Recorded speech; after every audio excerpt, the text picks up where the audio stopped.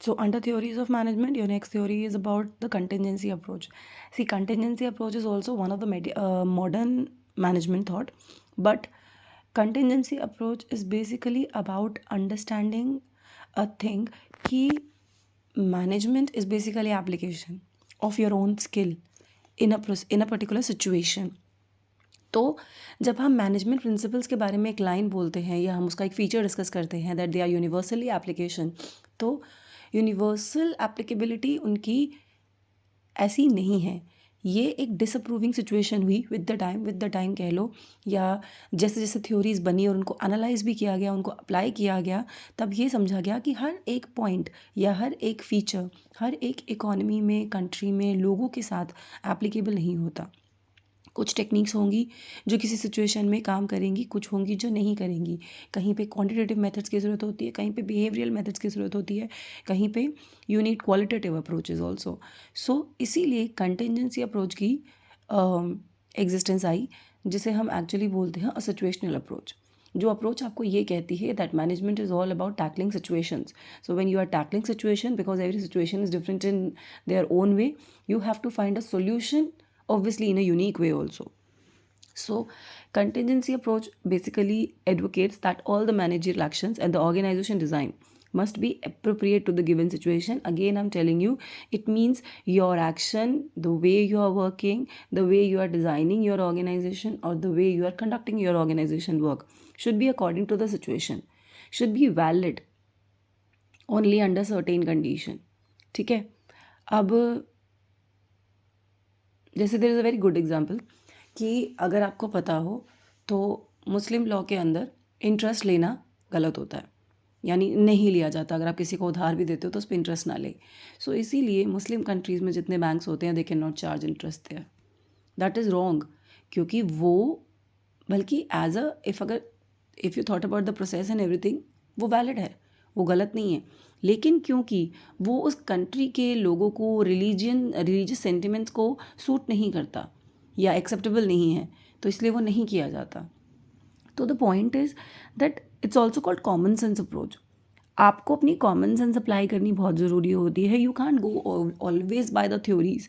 आप हर बार theories apply करके चीज़ों को नहीं समझ सकते। तो इसीलिए contingency approach actually tells you to concentrate on in 4 steps. First, analyze the situation, understand the situation, what situation is asking for. आपको उस सिचुएशन को क्या देने की ज़रूरत है, क्या समझने की ज़रूरत है। एग्जामिन करो कि कौन कौन से मैनेजमेंट कॉन्सेप्ट, प्रिंसिपल्स, एप्लीकेशंस हैं जो उस पर अप्लाई हो सकती हैं, ठीक है। And then choose the right one जो उसके लिए द बेस्ट सूटेबल होगी, and obviously implementing it according to the situation.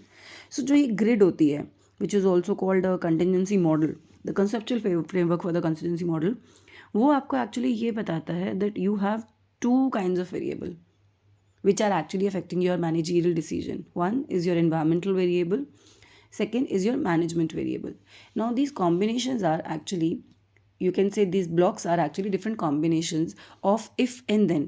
That if this is the environmental variable, this should be the management variable, and depending upon the obviously severity of the situation कि वो कितनी ज़्यादा strong है। तो ये जो grid है ये आपके डिफरेंट मैनेजमेंट प्रिंसिपल्स, टेक्निक्स और बाकी सारी चीज़ें हैं। और जो ये आपकी एक्सेस है this is basically your environment, और जो ये आपके क्रॉस है ये उनका रिलेशनशिप है, that is a contingent relationship.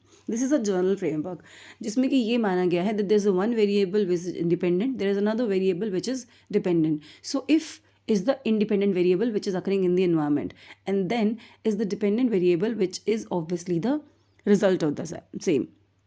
So here the situation is saying that there are a lot of different combination of management principles and application which may be suitable in one situation but not. Suppose this is one of the application, it may be suitable here but may not be suitable here, may not be suitable here. You can name them according to your organization, that is another situation. So यही contingency situation की वजह से या contingency approach की वजह से एक particular statement बाहर आती है जो ये कहती है that there is no best style of leadership. आप सबसे अच्छे लीडर हो, you know how to handle all the situations, that is okay, but you are handling all the सिचुएशन in the same way, it means your leadership style is same, that is just not possible. You must be changing your leadership style according to the situation. तो इसीलिए कोई भी best style of leadership नहीं होता, best style of motivation नहीं होता. जैसे कि हमने कल भी, मैंने पिछली वीडियो में भी कहा था कि किसी के लिए इकोनॉमिक मोटिवेटर्स होते हैं, किसी के लिए नॉन इकोनॉमिक होते हैं, किसी के लिए प्रेस्टीज, रिस्पेक्ट काउंट करती है, कुछ लोगों को इससे ज़्यादा पैसे की ज़रूरत होती है. तो it all depends upon the situation and the according, I mean after judging the situation you have to act accordingly. That is your work as a manager. Now, so what is the features of contingency manager? See, contingency manager obviously considering the environmental variable, so it's an open system. इसमें कोई point नहीं है. अगर हम मान रहे हैं कि हमें एनवायरनमेंट अफेक्ट करता है तो we are saying that it's an open system. Again, it's a very situational contingency.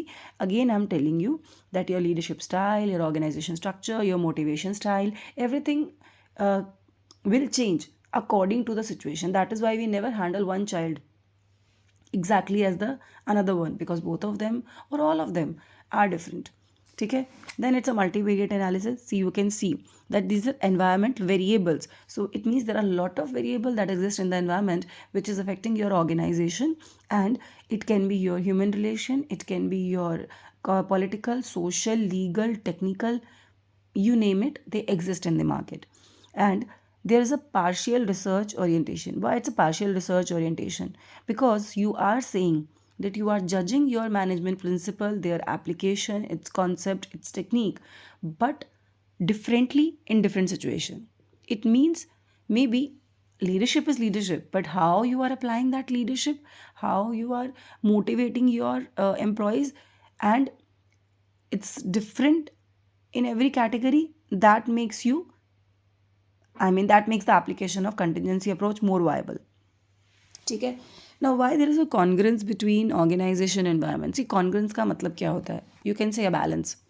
ठीक है. अब बैलेंस यह होना क्यों ज़रूरी है? किसी भी मैनेजरियल या किसी भी मैनेजर का एक्चुअली प्राइमरी रोल ही यही होता है, अपनी ऑर्गेनाइजेशन बैलेंस लाना.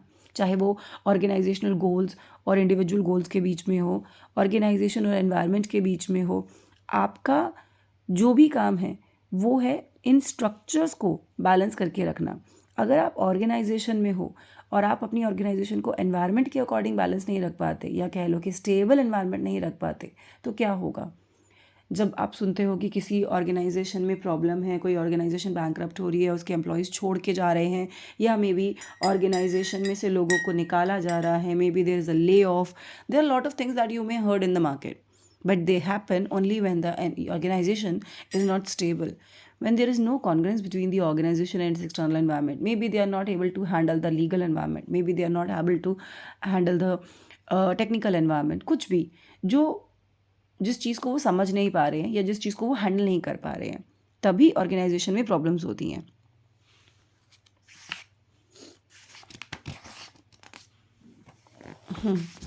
तो कॉन्ग्रेंस के लिए क्या करना ज़रूरी है?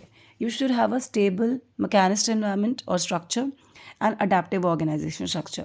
अगर आपको अपनी ऑर्गेनाइजेशन को सर्वाइव करवाना है तो your environment should be stable, goal should be clear, well defined, technology should always be uniform and stable. ठीक है. चाहे आपकी रूटीन एक्टिविटी भी हो, उनमें प्रोडक्टिविटी आपका हमेशा मेन ऑब्जेक्टिव होता है. रूटीन एक्टिविटीज़ को इग्नोर नहीं करते कि हमारा गोल तो सिर्फ लॉन्ग टर्म है. Long term is not going to be achieved in a one day, it is going to be achieved for with every single day. So your every single day is important in terms of productivity. Environment हमेशा ट्रबलेंट रहता है, environment हमेशा uncertain रहता है. ये आपका काम है अडेप्टिव होना. आप अपने बाहर के, यानी कि you just can not change the external environment. Those external variable will always be variable. They are not going to be the fixed one. So you have to change. You have to make sure that whatever is your organization is doing, ठीक है, they can adapt to the new environment. Technology is always complex. How you are adapting it, that matters. ठीक है. That is why you can see one of the example. See, technology is same for everyone. I mean, अगर आप ये सोचो कि किसी के लिए कोई अलग से टेक्नोलॉजी आती है, they are doing their R&D, that is okay, but that is their R&D. It means their research and development. So how you are applying your knowledge to your product. All of you are having phone. I have given you example. One is Apple, one is Android, and that is the difference between the technology. So the point here is that how you are working, that is important. So what can be the contribution of the contingency approach? See,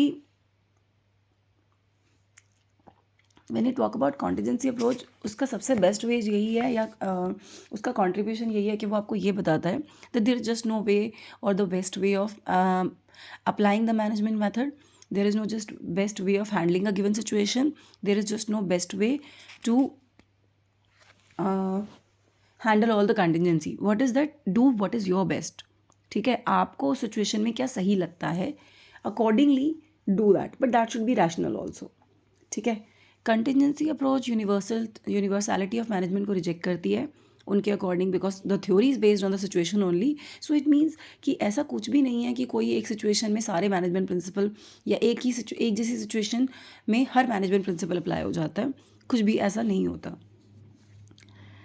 This particular management fit situation is also called fit approach. So fit approach का मतलब यही है कि किसी भी management principle को, policies को, practice को इफेक्टिव होने का मतलब यही है that how they are responding to environment, how they are changing according to environment. So that is why they should be action oriented. The direction of the action should towards the achievement of the organizational goal. लेकिन उसके लिए how you are choosing or which method you are choosing, that is more important. Contingency approach जो होती है वो ये attempt करती है that let's have a predictable relationship between situation, action and outcome. Because meanwhile what you need to understand is every time when you are coming up or when you are facing a different situation and you are handling it your own way, you understand how to handle it. तो इसीलिए ये एक predictable approach भी है कि एक वक्त के साथ आपको ये समझ में आ जाता है that how to handle it. Now contingency approach provide significant contribution in the areas of organisational design also. Obviously that how you are keeping your technology, environment and people in the organization, how you are designing them, what kind of complex or simplified structure you are giving them, that is also one of the contribution of contingency approach. Criticism, it's very complex. Now you are saying that you need to understand every theory, you need to understand every situation. There is no ready-made solution for anything. That is a problem obviously for people. Some people do not understand, some people gets confused, some people think that situation का हम क्या करें, वो तो अगर होती ही है. So the point is that when people are not ready to understand that it's all about your common sense, तो वहाँ पे प्रॉब्लम आती है. मैनेजर्स के पास कोई प्रिस्क्रिप्शन नहीं है, कोई पर्चा नहीं है जहाँ पे उन्हें ये लिख दिया जाए कि सिचुएशन ए में बी करो, बी में सी करो, सी में डी करो. तो ऐसा कुछ नहीं है. It's again a very proactive approach. ये और it's also called a reactive strategy. How you are reacting to the situation, how you are coping up with the changing और the dynamic environment, whatever is happening in the environment, how you are dealing with that. That is why the word you are very pro. अब वो you are very pro क्या होता है, तो उसका मतलब ही यही है that you can handle the situation और you know the task very well. So how you know the task very well and why you know the task very well, because either you are applying your techniques or you are using your common sense or you are using in the best way. So that depends. कुछ लोग ये भी कहते हैं कि contingency approach ने actually कुछ नहीं कहा. हेनरी फ्योल ने भी सेम बात कही थी कि मैनेजमेंट प्रिंसिपल्स को सिचुएशन के अकॉर्डिंग हैंडल करना चाहिए, but contingency approach is actually a little higher version of that. और कंटिजेंसी अप्रोच एक चीज़ रिकॉग्नाइज नहीं करता कि it says that you can apply management concepts and principles, but it doesn't give that much importance to the influence of management principles and practice on the environment. So that is the point which is quite absent in that कि कैसे management principles and applications का जो role है वो कहाँ है इसके अंदर. You are saying that you have read the management principles application, now apply it, but the role is quite missing. Okay, so you are supposed to do this, that is system approach and contingency approach. Read it and then let me know. I have shared the PDF also. So superiority of contingency approach is just one that आपने पढ़ा है, मैंने पिछले में पढ़ाया था. that हमने जब सिस्टम अप्रोच पढ़ी तो हमने कहा that it's an open system.